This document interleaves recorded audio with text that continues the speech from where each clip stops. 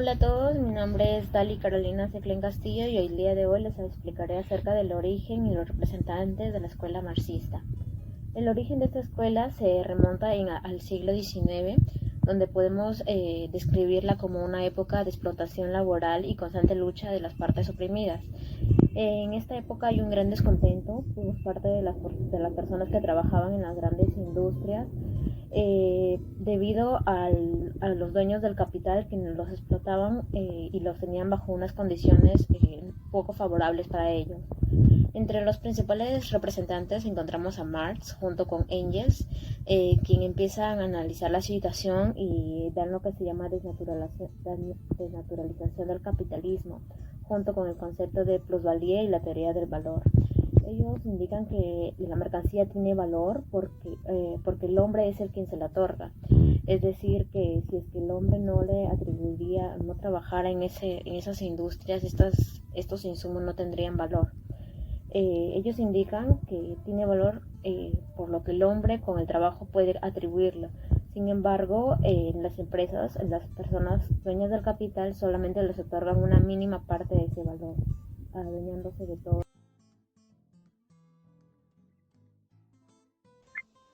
Mi nombre es Emily Yaneli Yaja Fernández y bueno, les voy a hablar sobre los principios o ideas del marxismo. Primero, la lucha de clases. De acuerdo al marxismo, las clases sociales se han ido configurando durante la historia desde la aparición de la división del trabajo como la del modelo de la propiedad privada. El conflicto entre propietarios y los que no lo eran, o gobernantes y fuerza productiva, dio como resultado a la lucha de clases. Asimismo, todo ello guía naturalmente la transformación histórica y su proceso. La existencia de una cierta tensión o conflicto entre las distintas clases sociales, proletariado versus burguesía capitalista, presentó la suficiencia para la reorganización de un Estado donde el socialismo sería tomado como eje y la equiparación de cada individuo frente al Estado. Teoría de la plusvalía. La plusvalía viene a ser aquel valor que no se le paga al trabajador, lo cual como consecuencia crea un producto excedente que el empleador confisca, es decir, es prácticamente lo más acercado a la explotación o acumulación capitalista. Esta teoría se basa en la idea de que el trabajador recibe menos salario de lo que realmente se merece.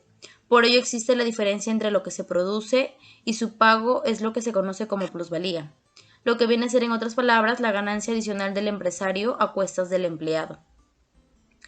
La otra idea es la dictadura del proletariado. Según las teorías marxistas, esta dictadura es donde la clase obrera se toma como el centro del poder político y económico de un Estado contra la clase social burguesa. La dictadura del proletariado debe volver a significar democracia, pero de una manera novedosa, y por primera vez hacia los proletariados y desposeídos y dictatorial contra la burguesía.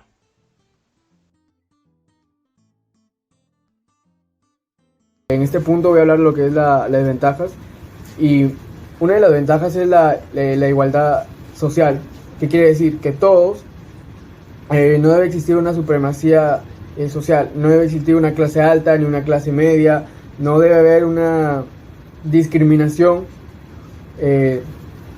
y todos tienen que tener una igualdad, todos son el mismo parte del Estado básicamente. Es decir, que o sea, todos ocupan la misma clase y donde nadie puede obtener más que el otro. Y la otra de la distribución es la distribución igualitaria por ingresos. O sea, todos van a tener un ingreso igual que el otro. Aún seas médico, aún seas un doctor, todos van a recibir el mismo ingreso. Otra de las ventajas es que aquí se busca que el desempleo siempre sea un factor a solucionar, que buscan solucionarlo, donde el marxismo busca con el desempleo reducirlo. Bien, ahora bien, en este punto voy a hablar lo que es la desventajas. Bien, una de las ventajas es que el Estado en el marxismo busca también cubrir todas las funciones, o sea, tener un mayor poder para que no surja para ellos una desigualdad social. Por ejemplo, y esto hace que al tener mayores funciones, hace que el Estado no sea muy eficiente, ¿no? Bien, por el otro lado también existen prohibiciones, o sea, al momento de que exista una clase igual para todos, una clase social igualitaria, no surgen también empresas privadas, o sea, no se redistribuyen todos los ingresos a cada persona, y las empresas privadas en sí no pueden trabajar, no pueden ser ni un actor económico en ese sistema económico, básicamente, donde además que no pueden prácticamente cumplir funciones como empresas privadas, y no los deja el mismo Estado. Eso hace que no exista una empresa privada y todo sea parte del Estado. Otro también de lo que hace es que, además que son políticos que gobiernan todo el país, hacen que exista corrupción. También estos países siempre buscan o suelen ser beneficiados o tener privilegios solamente los que tienen el poder, y su población básicamente ocupan pobreza. Y un caso de estos también es los muchos distintos países que tienen esta ideología, ¿no? Y como sistema económico también. Estas desventajas, y que son múltiples, ha ocasionado que muchas y millones de personas alrededor del mundo que han utilizado ese sistema económico han fracasado básicamente, y ha habido millones de muertes, protestas, migraciones, etcétera. Además que al ser un sistema que no busca generar más riquezas, porque este sistema no busca generar riquezas, hace que reduzca el nivel de desarrollo tecnológico, no hace que se creen nuevos inventos, no hace que la economía crezca, sino al contrario, hace que se retroceda en todo caso. La teoría de valor, y básicamente es fácil de entender porque esta teoría es escrita por Marx, y nos trata de explicar que el valor, esta teoría de valor sirve para justificar el precio de un valor de cambio. ¿En qué sentido? Nos dice que las cosas se miden por el tiempo que ha sido necesario para su fabricación. Por ejemplo, si vamos a fabricar o vamos a crear una mesa, esta mesa toma un tiempo para poder ser elaborado. Se toma además el esfuerzo que ha hecho ese trabajador para poder hacer la mesa. También los clavos también tienen un valor, porque estos clavos han sido fabricados por una empresa o un herrero en este caso, y todo lo que viene a ser parte y el complemento para elaborar este material como fin, que sería la mesa, ha tenido varios esfuerzos y ha tenido un tiempo. Ese tiempo se mide por el esfuerzo y lo que nos resulta como un producto final, que por lo tanto debemos sumarlo todas esas horas que se han trabajado, que han sido necesarias para llegar a este valor. Bien, de acuerdo también a la teoría de Marx, la mercancía posee una sustancia común que se llama el trabajo y el tiempo que se ha tomado para este producto. Por ejemplo, si queremos adquirir un par de zapatos, para Marx nos dice que equivalen a 12 horas, por ejemplo. Pero otro, su amigo de Juan, posee un polo. Entonces a él le tomó 6 horas para poder confeccionarlo. Entonces se necesita, si son 12 horas para los zapatos, entonces a la hora de intercambiar se necesitan 2 polos para poder equiparar y así poder hacer ese intercambio. Y lo que nos dice en la teoría de valor básicamente es que la teoría sirve para justificar el precio o el cambio de una mercancía.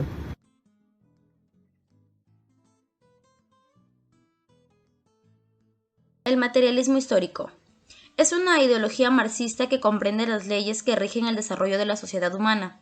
Además, es la aplicación consecuente de los principios del materialismo dialéctico al estudio de los fenómenos sociales. Antes de Marx, imperaba en la ciencia la interpretación idealista de la historia. La creación de la teoría del materialismo histórico está vinculada al descubrimiento más grande hecho por Marx, en cuanto a la interpretación de la historia y de los sucesos históricos. La naturaleza existe, no hay fenómenos sobrenaturales, el hombre es una partícula y la conciencia es su propiedad.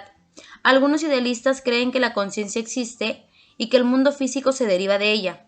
Los primeros son materialistas y los segundos idealistas. De acuerdo al materialismo histórico, los sistemas organizativos político-económicos, tales como el capitalismo, no evolucionan de forma natural, sino más bien a través de la sociohistórica. y por tanto pueden ser interrogados y desplazan a otros modelos.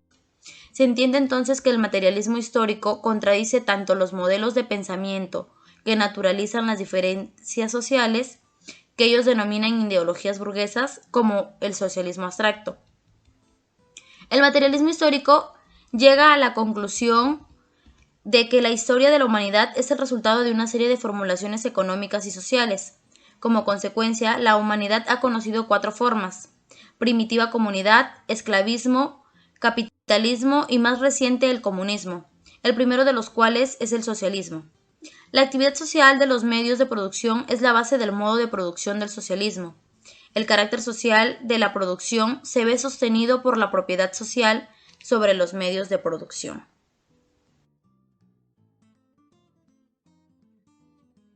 Acerca del comportamiento de los países con economía marxista podemos encontrar a 4: Corea del Norte, Vietnam, la República Popular China y Cuba. Corea del Norte al comienzo quería formar una economía estable con sectores altamente potenciados, como por ejemplo el sector agrícola y su ejército. Además también planeaba construir mayores puertos para incrementar su comercio. Sin embargo, este dinero que debió ser invertido en esta infraestructura no se pudo realizar, ya que se tuvo una obsesión con el ejército, siendo principalmente este factor que fue mayormente financiado. Corea terminó incumpliendo su deuda y actualmente tiene una pobreza generalizada, con una producción per cápita 50 veces menor que la de Corea del Sur. Asimismo, sus infraestructuras son muy malas, con una esperanza de vida con la esperanza de vida más pequeña en la región, y además no se respetan los derechos humanos. Otro país es Vietnam, quien desde 1975 aplica una economía planificada, donde el gobierno impone el precio al que deberían venderse ciertos productos. En 1996, Vietnam permitió que los agricultores cosechen cualquier producto que deseen en las cantidades que quieran y estableciendo los precios que consideren apropiados. De esta manera se planeaba que puedan obtener beneficios económicos. Vietnam es un país que tiene buenas relaciones con otros países del entorno. Así como también permite que grandes empresas ingresen en su territorio. Ha podido disminuir la pobreza en más de 60%, sacando más de 40 millones de personas adelante. Tenemos a la República Popular China, quien es un país considerado como la segunda economía más grande del mundo. Esto se basó gracias a su líder chino, Mao, quien dejó como sucesor a Deng y quien realizó muchos cambios, dentro de los cuales se encuentra la liberación de la economía.